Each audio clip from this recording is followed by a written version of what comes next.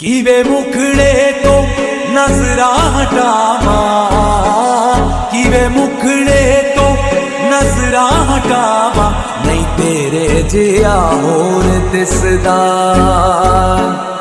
नहीं तेरे जिया होर दिसदा।